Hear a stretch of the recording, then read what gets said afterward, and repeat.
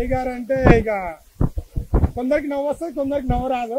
But ఇంకా గట్టిగా రాసుకోవాలి స్టోరీలు. కానీ పురియనాథ్ గారు చేశారు, బట్ అంత ఇంపాక్ట్ ఏం అనిపించలేదు. మ్యూజిక్ కూడా స్లో. మనీష్ శర్మ మ్యూజిక్ అంటే చాలా మందికి ఫేవరెట్. అవును,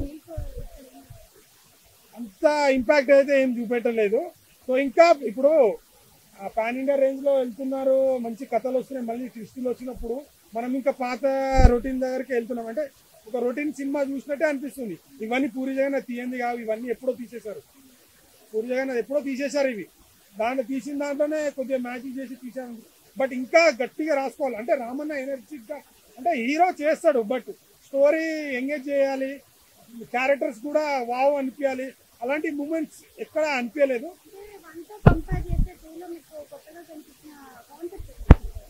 డబల్ స్మార్ట్ అని పేరు పెట్టిందే కొత్తగా అనిపించింది. స్మార్ట్ శంకర్ అయితే ద బ్లాక్ బాస్టర్ అని చెప్పచ్చు. బట్ అది చూసినంత హైప్, ఎనర్జీ, అంటే స్టార్టింగ్ నుంచి ఆ డైలాగ్స్ కానీ డాన్స్ డెలివరీ కానీ ఒక హైప్ మూమెంట్ వెళ్తుంది. ఎక్కడ స్లో కాదు, ఇక్కడ వెళ్తూ వెళ్తూ ఏందా అన్నట్టు స్లో అయిపోయి రొటీన్ అవుతుంది. బట్ ఇంకా గట్టిగా రాసుకోవాలి పూరి జగన్నాథ్. ఇట్లయితే కష్టం, చాలా కష్టం. బట్ అది ఎమోషన్స్ అంటే అంతేం లేదు. ఓకే, లాస్ట్ లో ఉంటుంది. బట్ నేనైతే పూరి జగన్నాథ్ గారి గురించి ఎక్స్పెక్ట్ చేసిన మూవీ కాదనిపిస్తుంది.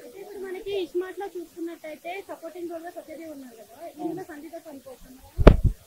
ఇక అంత తనే విలన్, తనే సపోర్టింగ్, అంతా ఇస్మార్టింగ్ అంటే మనని చేంజ్ చేస్తూ ఉంటారు మైండ్. ఎందుకు చూస్తున్నామా అనేంత వస్తుంది. బట్ సారీ పూరి జగన్నాథ్ గారు, మీరు ఇంకా గట్టిగా సినిమా రాయాలి. రామ్ చరణ్ మన అన్నకి, రామన్నకైతే బాగానే చేసింది, బట్ హిట్ ఇయ్యలేక. ఇస్మార్ట్ శంకర్ ని దీన్ని పోయి అదైతే బ్లాక్ బస్టర్.